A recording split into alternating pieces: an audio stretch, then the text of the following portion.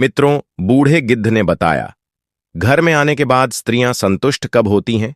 एक बूढ़े गिद्ध की बहुत बड़ी ज्ञान की बातें। मित्रों, आज का वीडियो आप लोगों को बहुत कुछ सिखाने वाला है और यह वीडियो पुरुषों के लिए बहुत ही महत्वपूर्ण और सोने पर सुहागा जैसे होने वाला है। इसीलिए आज मैं पुरुषों को ऐसी ज्ञानवर्धक और कीमती बातें बताने जा रहा हूं जो शायद आपने कभी नहीं सुना होगा, और उन पुरुषों को बताना चाहता हूं जो पुरुष विवाहित हैं या किसी पुरुष की हाल में ही शादी हुई है, उसकी नव दुल्हन उसके घर पर आई है। तो घर पर आने के बाद स्त्री संतुष्ट कब होती है, यही बात और यही रहस्य हम आपको इस वीडियो में समझाने जा रहा हूं। बस आपसे निवेदन है कि आप हमारी वीडियो में आखिरी तक बने रहिए। तो चलिए मित्रों, कहानी को आरंभ करते हैं। मध्य क्षेत्र के उत्तरी भाग में एक जंगल था और उसी जंगल के समीप एक पावन गांव था जिसका नाम था जबलपुर। उस गांव में सभी लोग धर्म पर चलने वाले थे और धर्म को मानने वाले थे और अधिकतर धर्म के ही रास्ते पर चलते थे और सभी अपने अपने धर्म की पूजा पाठ किया करते थे। मित्रों, उसी गांव में एक श्यामू नाम का किसान रहता था। वह अपने माता पिता और अपनी अर्धांगिनी के साथ ही बहुत खुश रहता था, श्रद्धा भाव से जीवन यापन कर रहा था। किंतु मित्रों, कहते हैं कि ईश्वर की लीला विचित्र होती है। उस किसान की पत्नी जितनी रूपवती थी, जितनी सुंदर थी, उतनी ही चंचल और क्रोध में रहने वाली थी। वह प्रतिदिन किसी न किसी बात को लेकर के अपने पति से झगड़ा करती रहती थी, परंतु वह धर्मनिष्ठ किसान अपने संयम और शांति से सब कुछ सहन कर लेता था। कुछ भी विवाद अपनी पत्नी से नहीं करता था। एक दिन सवेरा होते ही जब वह किसान अपने खेतों की ओर जाने को था, तभी उसकी पत्नी क्रोध से भरकर ऊंचे स्वर में कहने लगी, मुझे अब इस घर में नहीं रहना, मैं इसे छोड़ के जा रही हूं। वह विनम्र किसान अपनी पत्नी से शांत स्वर में कहता है कि हे प्रिय, तुम यह घर छोड़ के क्यों जाना चाहती हो? क्या मैंने कोई ऐसा अपराध किया है? क्या हमसे कोई भूल हो गई है? तब उसकी पत्नी ने उत्तर दिया, मुझे नहीं मालूम, पर अब मैं तुम्हारे साथ एक पल भी नहीं रह सकती। मित्रों, ये सुनकर के किसान का हृदय जो था बहुत ही दुखी हो उठा। वह मन ही मन प्रभु से प्रार्थना करने लगा कि हे ईश्वर, मैंने ऐसा कौन सा पाप कर दिया है जो मेरी पत्नी मुझे छोड़ के जा रही है। वह उदास मन से जंगल की ओर बढ़ गया। वहां एक पीपल का पवित्र वृक्ष था और उसी के पास एक सूखे वृक्ष की शाखा पर एक गिद्ध बैठा हुआ था जो देखने में वृद्ध लग रहा था। किसान ने पीपल के वृक्ष के नीचे बैठकर अपने अंतर की पीड़ा को चुपचाप व्यक्त किया। गिद्ध जो कोई साधारण पक्षी नहीं था, वह एक ज्ञानी जीवात्मा था जो ईश्वर के संकेत से उस स्थान पर उपस्थित हुआ। उसने किसान की व्यथा देखी और कहा कि हे मित्र, तुम इतने व्याकुल क्यों हो? तुम्हारे मन के इस विषाद का क्या कारण है? तब किसान ने नम्रता भाव से उत्तर दिया कि हे पक्षीराज, मेरी पत्नी मुझसे बिना कारण विवाद करती है और आज उसने तो यह कह दिया कि वह घर ही छोड़ देगी। मैंने क्या दोष किया है? तब गिद्ध ने ध्यान से किसान को देखा और कहा कि हे धर्मात्मा, मैं तुमसे एक प्रश्न पूछता हूं, तुम उसका सत्य सत्य उत्तर देना। किसान ने सिर झुका करके कहा कि हे पक्षीराज, आप प्रश्न कीजिए, मैं उत्तर देने के लिए तैयार हूं। तब गिद्ध ने पूछा, क्या तुम रात्रि में अपनी पत्नी के साथ नहीं सोते थे? किसान ने लज्जा और सच्चाई से कहा, नहीं, मैं अपनी पत्नी के साथ नहीं सोता हूं। गिद्ध ने गंभीरता से कहा कि हे सज्जन, अब मुझे यह ज्ञात हुआ है कि तुम्हारी पत्नी तुम्हें क्यों छोड़ रही है। किसान ने फिर आश्चर्य से पूछा कि हे पक्षीराज, आपको कैसे यह ज्ञात हुआ? कृपया मुझे भी बताइए। तब गिद्ध कहता है कि हे मित्र, अब मैं तुम्हें एक रहस्यमय और धर्म से युक्त बातें बताने जा रहा हूं, उन्हें ध्यान से सुनना। तब वह दिव्य पक्षीराज जो था, स्वयं ईश्वर के आदेश से उस किसान के मार्गदर्शन हेतु उपस्थित हुआ था। शांत स्वर में कहता है कि हे साधक, क्या तुमने कभी यह विचार किया है कि स्त्रियां संतोष को कब प्राप्त होती हैं और किस समय उनके हृदय में समर्पण और संतुष्टि का भाव उत्पन्न होता है? ये केवल भौतिक स्पर्श या संसारी आकर्षण से नहीं, अपितु आत्मीयता, स्नेह, सम्मान और प्रेमपूर्ण संगति से ही संभव होता है। गिद्ध आगे कहता है, तुमने संभवतः कभी ना कभी सुना होगा कि कोई स्त्री किसी अन्य पुरुष के साथ चली गई या किसी की पत्नी ने विश्वासघात किया। यह सब तब होता है जब उसके मन में रिक्तता होती है, यानी स्थान खाली होता है, एक ऐसा भाव जो पति से मिलने वाले प्रेम, संवाद और आत्मिक जुड़ाव के अभाव से उत्पन्न होता है। हे मित्र, जब एक स्त्री अपने जीवन साथी से वह आत्मीयता और संवाद नहीं पाती है, तब कभी कभी वह भ्रमित हो जाती है और बाहर उस पूर्ति की खोज करने लगती है और दूसरे पुरुषों की तरफ आकर्षित होने लगती है। यह दोष ना तो संपूर्ण रूप से स्त्री का होता है और ना ही केवल पुरुष का। ये केवल उस संतुलन का अभाव है जो दाम्पत्य जीवन में अत्यंत आवश्यक है। मित्रों, किसान यह सुनकर असमंजस में था। उसने गिद्ध से कहा कि हे ज्ञानवंत पक्षीराज, आपके वचन दिव्य हैं, परंतु अभी भी मेरी समझ में स्पष्ट समाधान नहीं आया है। तब गिद्ध ने शांत भाव से उत्तर दिया कि हे धर्मशील किसान, अब मैं तुम्हें एक कथा सुनाने जा रहा हूं जिसमें तुम्हारे प्रश्नों का उत्तर छिपा है। इस कथा को ध्यानपूर्वक सुनना और अंत तक हृदय में धारण करना, तभी तुम्हें समाधान प्राप्त होगा। किसान श्रद्धा भाव से झुक गया और बोला कि हे पक्षीराज, कृपया मुझे वह कथा अवश्य सुनाइए। मैं उसे श्रवण करने के लिए व्याकुल हूं मित्रों। तब गिद्ध ने अपने ज्ञान की धारा प्रभावित करते हुए कथा आरंभ की और कहा कि एक समय की बात है, उत्तर प्रदेश में एक शरदपुर नाम का एक गांव था। वहां एक प्राचीन और अत्यंत जागृत महादेव जी का मंदिर था। प्रतिदिन वहां सैकड़ों श्रद्धालु भगवान शिव की पूजा अर्चना हेतु आया करते थे। मंदिर के समीप ही एक धनी व्यापारी का निवास था, यानी घर था। वह अपने परिवार और अपनी पत्नी और 12 वर्षीय पुत्र के साथ निवास करता था। वह व्यापारी अपनी पत्नी से अत्यंत प्रेम करता था और उसकी पत्नी भी अत्यंत रूपवती, संस्कारी तथा पतिव्रता स्त्री थी। लोग कहते थे कि उसकी सुंदरता ऐसी थी कि जो भी एक बार देखे मोहित हो जाए। परंतु हर दिन व्यापारी के व्यापार पर निकलते ही उसकी पत्नी बाहर कहीं जाया करती थी। ये उसका एक नियमित नियम बन गया था। मित्रों, एक दिन व्यापारी अपने कार्य से शीघ्र लौट आया और घर पर अपनी पत्नी को न पाकर व्याकुल हो उठा। उसने उसे घर में, गांव में हर स्थान पर ढूंढा, परंतु वह कहीं नहीं मिली। थक कर वह लौट आया। कुछ समय बाद उसका पुत्र विद्यालय से लौटा और पिता ने उससे पूछा, बेटा, तुम्हारी माता कहाँ है? तब पुत्र ने उत्तर दिया, पिताजी, मैं अभी अभी लौटा हूं, मुझे नहीं मालूम। मैंने तो सोचा था कि वह घर पर ही होगी। व्यापारी ने धैर्यपूर्वक कहा, कोई बात नहीं बेटा, भीतर चलिए, अन्न ग्रहण करिए, तुम्हारी माता शीघ्र ही आ जाएगी। थोड़ी ही देर में उसकी पत्नी जो थी वह घर लौट आई। वह जैसे ही अपने पति को देखती है, उसके शरीर में कंपन उत्पन्न होने लगा। मुख से वाणी गुम हो जाती है और लज्जा के कारण पसीने पसीने हो जाती है। परंतु वह व्यापारी जो अपनी पत्नी से सच्चा प्रेम करता था, वह उसे डांटता भी नहीं है, क्योंकि उसके मन में उसके प्रति प्रेम था। उसने बड़ी विनम्रता से स्नेह भरे स्वर से पूछा, हे देवी, आप कहां चली गई थी? उसकी पत्नी पहले से ही भयभीत थी। कांपते स्वर में उसने उत्तर दिया, मैं अपनी सहेली के घर गई थी। व्यापारी ने शांत भाव से कहा, कम से कम बता करके तो जाती। हे देवी, हम दोनों बहुत चिंतित हो उठे थे। मैं तो पूरे गांव में आपको ढूंढ रहा था। उसकी पत्नी ने किसी प्रकार उस क्षण को टालने का प्रयास किया।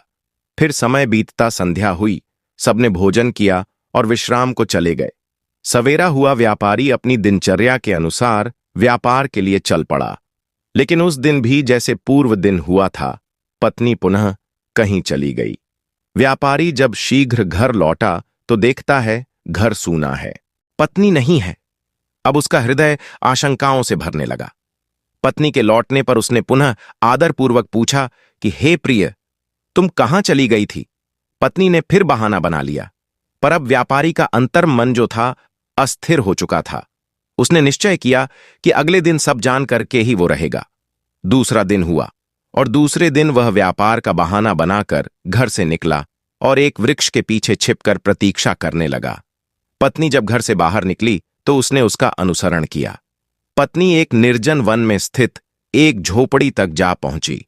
वह झोपड़ी सुनसान भले जंगल में थी, जहां सामान्यतः कोई नहीं आता जाता था। व्यापारी ने छिप करके देखा कि उसकी पत्नी एक अन्य पुरुष के समीप जा रही है।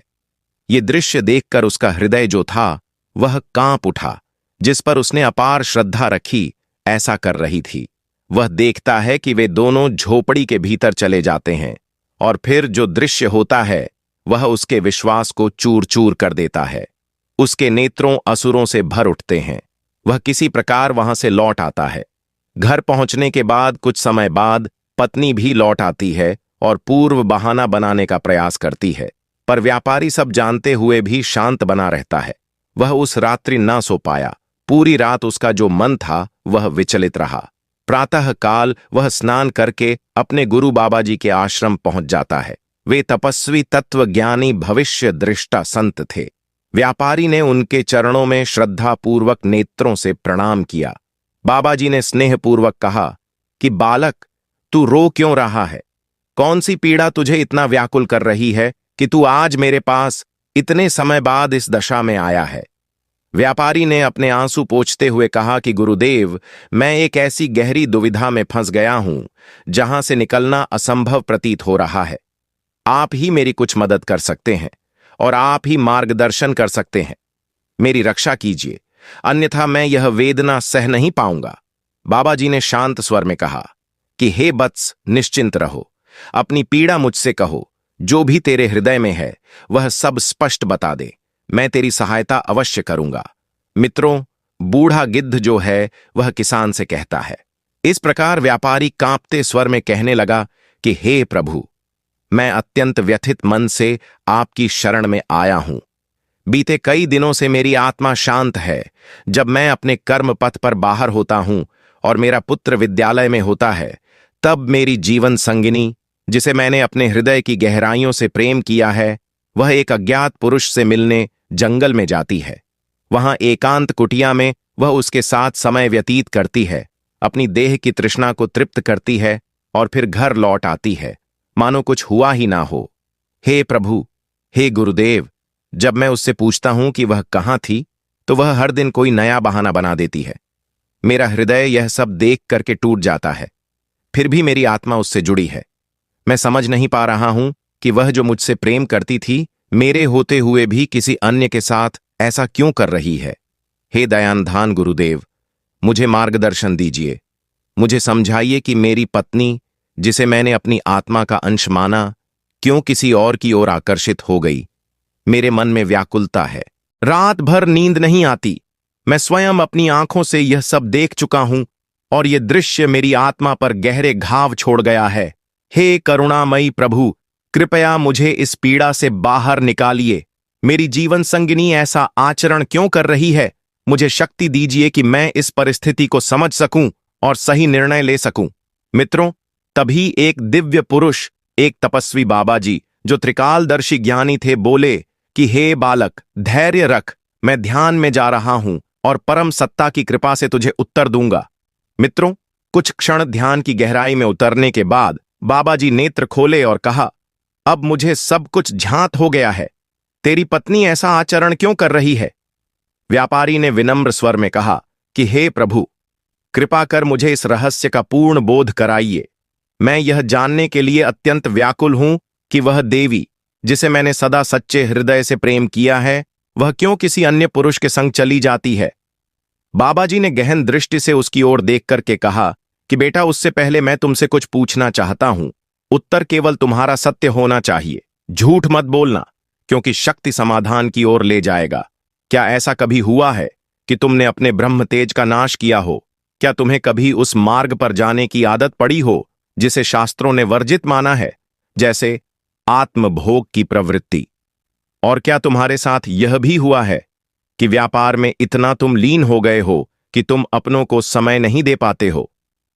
व्यापारी ने कुछ लज्जा और उलझन के साथ कहा कि गुरुदेव, आप क्या कहना चाहते हैं? यह मेरी समझ से परे है। कृपया करके मुझे स्पष्ट करें ताकि मैं अपने जीवन की भूलों को जान सकूं। बाबाजी ने गहरी सांस लेते हुए कहा कि हे बस, मेरा अभिप्राय यह है कि जब कोई पुरुष अपनी जीवन शक्ति, जो कि परमात्मा का अमूल्य वरदान है, उसका निरंतर अपव्यय करता है, तो उसका तेज, उसका प्रभाव, उसका आत्मबल धीरे धीरे क्षीण होने लगता है। और जब वह अपने कर्तव्यों से विमुख हो केवल व्यापार में रम जाता है, तो अपने घर पर, अपनी पत्नी, अपने परिवार से उसका संपर्क भावनात्मक रूप से टूटने लगता है। ऐसे में एक स्त्री जो केवल शरीर नहीं, हृदय और आत्मा की संगिनी होती है और वह भी उस रिक्तता को भरने के लिए किसी और दिशा में आकर्षित हो सकती है। यह उसका दोष नहीं, वह तो केवल उस प्रेम और साथ की खोज कर रही है जो उसे अपने जीवन साथी से मिलना चाहिए था। ये सुनकर के व्यापारी की आंखें भर आई। उसने धीमे स्वर में स्वीकार किया और बोला कि हे प्रभु, हे गुरुदेव, आपने सत्य कहा। मैं अपनी युवा अवस्था में अपने ब्रह्म तेज का नाश करता रहा और आज भी मैं अपने व्यापार में इतना उलझ जाता हूं कि अपने परिवार को समय नहीं दे पाता हूं। केवल पिछले कुछ दिनों से मैं समय पर घर लौट रहा हूं, अन्यथा मेरा दिन 16-16 घंटे कार्य में ही व्यतीत होता है। किंतु हे कृपालु, क्या यही मेरे जीवन की उस पीड़ा का कारण है? गुरुदेव से व्यापारी ने विनयपूर्वक पूछा कि हे नाथ, मेरी पत्नी जो किसी अन्य पुरुष के साथ संबंध रखती है, मेरे द्वारा किया गया ये ब्रह्म तेज का नाश और मेरे व्यापार का इस जीवन में क्या तात्पर्य है? इसका क्या अर्थ है? तब संत महात्मा मुस्कुराए और शांत स्वर में बोले कि बेटा, अभी ये रहस्य तुम्हारी समझ से परे है। समय आने पर सब कुछ स्पष्ट हो जाएगा।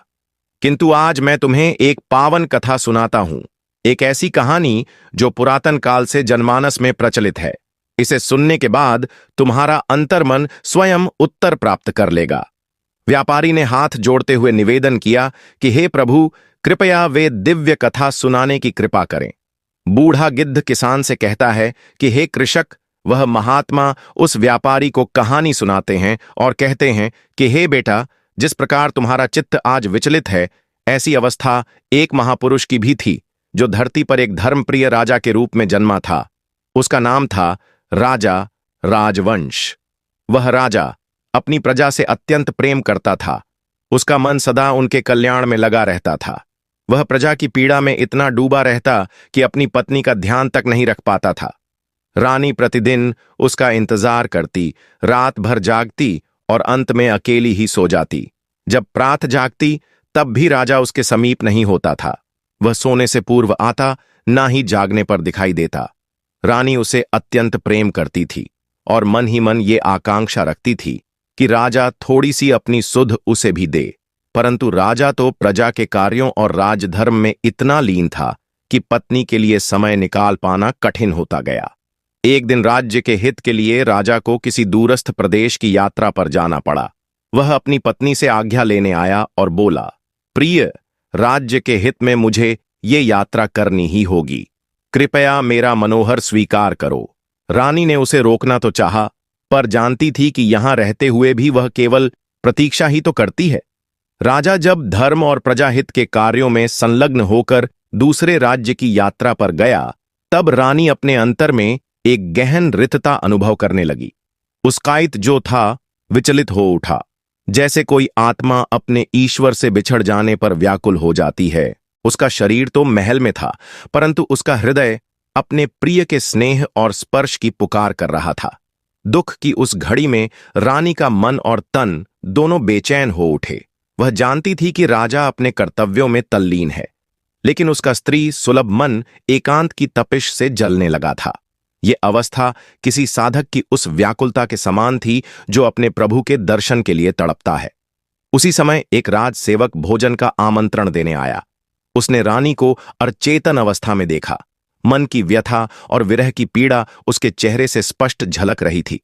यह दृश्य देखकर वह सेवक विमित हो गया। उसकी बुद्धि विचलित हो गई और मन में असीमित विचार आने लगे। यह वही अवस्था है जब साधक भटक कर अपने लक्ष्य से गिरने लगता है। रानी ने उसे तुरंत देखा और उसकी आंखों में वह असंतुलित चेष्टा पहचान ली। पहले तो वह क्रोधित हुई, फिर उसके मन में यह विचार आया कि शायद यह अवसर ही है जिससे उसकी पीड़ा शांत हो सके। परंतु वह जानती थी यह मार्ग अधर्म का है, यह राह क्षणिक सुख की है, लेकिन अनंत पश्चाताप का कारण बन सकता है। रानी ने उस सेवक की परीक्षा ली, उसे स्वर्ण का लालच दिया और प्रस्ताव रखा। सेवक लोभ और मोह में पड़ गया। उसने रानी की बात मान ली, परंतु यह सब केवल देह की तृप्ति थी। आत्मा और धर्म इससे बहुत दूर था। कुछ समय तक यह कर्म चलता रहा, परंतु सुख की जगह रानी के अंतर्मन में गिलानी, भय और अधूरेपन ने घर कर लिया था। आत्मा को जो चाहिए वह कभी शरीर से पूर्ण नहीं होता। राजा जब कुछ समय बाद अपने राज्य लौटता है, तब वे क्या देखता है कि रानी में कोई अदृश्य परिवर्तन हो गया है। तो उन्होंने देखा कि रानी गर्भवती है। ये देखकर उनके हृदय में एक चुभन हुई, एक अजीब सी उलझन उत्पन्न हो गई। राजा ने सोचा, मैं जब इतने समय से घर पर था ही नहीं, तो ये गर्व किसका है? उसके अंतर्मन में व्याकुलता जाग उठी। उसने रानी को अपने कक्ष में बुलाया और गंभीर स्वर में पूछा कि हे प्रिय, ये संतान किसकी है जो तुम्हारे गर्भ में पल रही है? जब मैं यहां था ही नहीं, तब यह गर्भ कैसे संभव हुआ? रानी भयभीत हो उठी। वह स्वयं अपने के ऊपर ग्लानि से भरी थी, परंतु सत्य कहने का साहस उसमें नहीं था। उसने कहा, स्वामी, मैं अकेली थी और बरसों से मेरे स्त्री धर्म की पूर्ति नहीं हुई थी। एक दिन मेरा मन अत्यधिक विचलित हो गया था। उसी समय एक राजसेवक ने मुझे उस अवस्था में देख लिया। उसने बलपूर्वक मेरा शोषण किया और मैं संतान से भर गई। राजा के हृदय में क्रोध की ज्वाला भड़क उठी। उसने तुरंत उस सेवक को राज्य दरबार में बुलवाया और राजद्रोह तथा अधर्म के अपराध में उसे मृत्युदंड दे दिया। उसके बाद राजा ने आत्ममंथन किया। उसे समझ में आया कि केवल प्रजा का ही नहीं, परिवार और पत्नी का भी धर्मपूर्वक पालन करना उसका दायित्व है। उसने अपने हृदय के द्वार पत्नी के लिए खोले और उसका स्नेहपूर्वक साथ देना आरंभ किया। और उसने केवल देह की तृप्ति के लिए नहीं, अब तू मन की शांति, आत्मा की सैत्री के रूप में अपनी पत्नी को अपनाया। जब जब रानी का हृदय स्पर्श की प्यास से भरता, राजा उसका ध्यान रखते और प्रेम पूर्वक उसे अपनाते। कथा के इस मोड़ पर बाबा जी व्यापारी की ओर देखते हैं और शांत स्वर से कहते हैं कि बेटा, अब क्या तुम्हें यह समझ में आया है कि तुम्हारी पत्नी अन्य पुरुष के पास क्यों जाती है? तब व्यापारी विनम्र स्वर में कहता है कि हे प्रभु, मैं अब भी इस प्रश्न से मुक्ति नहीं पाया हूं। कृपया करके आप मुझे स्पष्ट बताइए कि मेरी पत्नी ऐसा क्यों करती है। क्यों वे प्रतिदिन मुझे छोड़कर किसी अन्य पुरुष के साथ मिलने जाती है, जबकि हमारा एक पुत्र भी है? बाबा जी शांत भाव से मुस्कुराए और बोले, बेटा, अभी तक तुम्हारे अंतःकरण में यह बात पूरी तरह स्पष्ट नहीं हुई, तो अब मैं तुम्हें गहराई से समझाता हूं। पर ध्यान रहे, यह कोई सांसारिक दोषारोपण नहीं, बल्कि आत्मबोध की सीख है। तुम्हारी पत्नी आज जो ये कर रही है, वे किसी क्षणिक वासना का परिणाम नहीं है, बल्कि बरसों से संचित उपेक्षा का विस्फोट है। जब पुरुष अपने कर्म और व्यापार में इतना डूब जाता है कि पत्नी के मन की पुकार, उसकी पीड़ा और उसकी इच्छाओं की ओर दृष्टि ही न डाल सके, तब स्त्री भीतर ही भीतर टूटने लगती है। तुमने अपने जीवन में इतना परिश्रम किया, लेकिन उस परिश्रम के बीच अपनी पत्नी को वह प्रेम, वह सानिध्य, वह आत्मीयता नहीं दे सके जिसकी वह अधिकारिणी थी। उसका तन तुम्हारा था, परंतु उसका मन धीरे धीरे खाली हो गया। जिस दिन तुम्हारा पुत्र जन्मा, उस दिन के बाद से 10 वर्ष बीत गए, लेकिन तुमने एक बार भी अपने जीवन की संगनी के हृदय की ओर नहीं झांक करके देखा। तुमने अपने शरीर को तो थका दिया व्यापार से, लेकिन उसके भावों को और उसकी स्त्रीत्व को तृप्त नहीं किया। और जब तुमने कभी कभार प्रयास भी किया भी, तो वह वैसा नहीं रहा जिससे उसके अंतर्मन को तृप्ति मिलती। तुम्हारे द्वारा युवा अवस्था में किया गया अत्यधिक ब्रह्म तेज का नाश अब तुम्हारे भीतर में शक्ति नहीं छोड़ पाया है जिससे तुम अपनी पत्नी को संतुष्ट कर सको। हे बेटा, जब एक स्त्री की आत्मा भूखी हो, जब उसका हृदय प्रेम की एक बूंद को तरसे और जब उसका तन भी तप रहा हो, तब यदि उसका पति मौन रहे, सोता रहे या व्यस्त रहे, तो उसका मन भटक ही जाता है। और यही तुम्हारी पत्नी के साथ हुआ।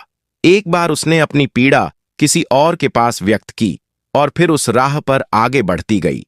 अब यदि तुम चाहते हो कि ये सब रुके, तो इसका उपाय बाहर नहीं, भीतर है। अपने जीवन से वासना को नहीं, संयम और प्रेम को लाओ। ब्रह्म तेज का नाश करना छोड़ो, क्योंकि वह आत्मशक्ति का संरक्षण है। काम में इतना ना डूबो कि घर की दीप शिख बुझ जाए। पत्नी को केवल देह नहीं, मन से भी अपनाओ। उससे बातें करो, उसे स्पर्श दो, समय दो, अपनापन दो। जब वह देखेगी कि उसका पति उसे प्रेम करता है, उसका ध्यान रखता है, उसकी पुकार सुनता है, तो फिर वह बाहर क्यों जाएगी? अब मुझे विश्वास है बेटा कि यह ज्ञान तुम्हारे हृदय में उतर चुका है। मित्रों, गुरुदेव की वाणी सुनने के बाद में व्यापारी की आंखें खुल गईं। उसने सिर झुका के कहा कि गुरुदेव, अब मुझे भली भांति समझ में आ गया है कि मेरा कर्तव्य क्या है। आपने जो मार्ग दिखाया है मैं उसी पर अटल रहूंगा। अब मैं अपने जीवन में संतुलन लाऊंगा, अपनी पत्नी को समय दूंगा, स्नेह दूंगा और दांपत्य धर्म को पूर्ण श्रद्धा से निभाऊंगा। मित्रों, फिर आगे बूढ़ा गिद्ध उस किसान से इतना कह के उसने विनम्रता से बाबा जी को प्रणाम किया और अपने घर की ओर लौट गया। बाबा जी भी पुनः अपनी साधना में लीन हो गए और व्यापारी भी वहां से अपने घर की ओर चल देता है। जब व्यापारी अपने घर लौटता है तो अगले ही दिन से उसने प्रभु के बताए मार्ग पर चलना आरंभ किया। वह अब न केवल अपनी पत्नी के साथ समय बिताने लगा बल्कि उसकी भावनाओं को भी अच्छी तरीका से समझने लगा। जिस पत्नी का हृदय पहले खाली था अब वह स्नेह और संतोष से भरने लगा। वह व्यापारी अब अपने जीवन से उन्हीं बुरी आदतों को भी धीरे धीरे त्यागने लगा जिसका प्रभाव उसके शरीर और मन दोनों पर पड़ा था।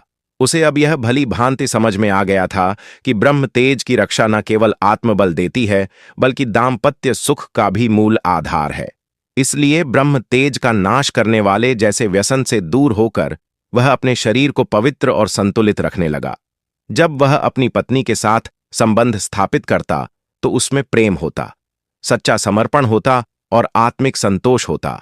धीरे धीरे दोनों का जीवन मधुर हो गया। उसकी पत्नी ने भी अब किसी अन्य पुरुषों की ओर देखना छोड़ दिया।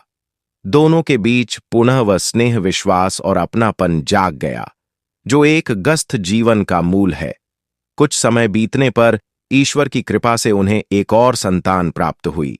अब उनका परिवार जो था 4 सदस्यों का हो गया और चारों बड़े आनंद से समर्पण से अपना जीवन जीने लगे। तो मित्रों, कथा तो यही समाप्त हो जाती है, लेकिन यही से एक नए जीवन की शुरुआत होती है। फिर एक दिन गिद्ध ने किसान से कहा कि हे मित्र, अब तो तुम्हें यह झात हो गया होगा कि पत्नी का मन क्यों डगमगाया था। किसान ने सिर दबाया और कहा कि पक्षीराज, अब मेरे हृदय में कोई संशय नहीं है। आपने मेरी आंखें खोल दी हैं। अब मैं भी अपने जीवन को सही दिशा में ले जाऊंगा। यह कह के वह गिद्ध को नमन करता है और शांत मन से अपने घर की ओर लौट जाता है। तो मेरे प्रिय भाइयों एवं बहनों, यह कथा केवल एक कहानी नहीं बल्कि एक शिक्षा है जो हमें बताती है कि जीवन में प्रेम, संयम और समय का कितना महत्व है। अब तो आप समझ ही चुके होंगे कि घर में आने के बाद स्त्रियां जो है संतुष्ट कब होती है, जो मैंने इस वीडियो में, इस कहानी में आपको बताया है। लोग कहते हैं कि हमारी पत्नी जो है वह दूसरे पुरुषों से प्रेम करती है या भाग गई। तो मित्रों, इसमें दोष, इसमें गलती स्त्री की नहीं होती है। इसमें गलती और सबसे बड़ा दोष जो होता है वो स्वयं पुरुष का होता है। वो कैसे कुछ पुरुष युवा अवस्था में अपने ब्रह्म तेज का नाश कर देते हैं। जैसे मैं आपको शुद्ध हिंदी में बताता हूं कि कुछ युवा पुरुष जो होते हैं वो जवानी की अवस्था में ही हस्त मैथुन से अपने ब्रह्म तेज का नाश कर देते हैं और उनके अंदर जो काम वासना होती है वह कमजोर पड़ जाती है और क्षणिक मात्र रह जाती है। और फिर उनकी शादी होती है तो वह अपनी पत्नी की वासना को अच्छी तरीका से तृप्त नहीं कर पाते हैं और इसीलिए जो पत्नी है वह दूसरे पुरुषों की ओर आकर्षित होने लगती है। मित्रों, ये हो गया पहला कारण। दूसरा कारण यह है कि जो पुरुष अपनी स्त्री के साथ में प्रेम नहीं करता और उससे अपना आत्मीयता जुड़ाव नहीं करता, तो वह भी स्त्रियां जो है डगमगा जाती हैं और दूसरे पुरुषों में आकर्षित होने लगते हैं, उनसे प्रेम करने लगती है। तो मित्रों, उम्मीद करता हूं कि अब आप लोगों को समझ में आ गया होगा कि घर में आने के बाद स्त्रियां संतुष्ट कब होती हैं। मित्रों, वीडियो को पूरा देखने के लिए आप सभी लोगों का धन्यवाद।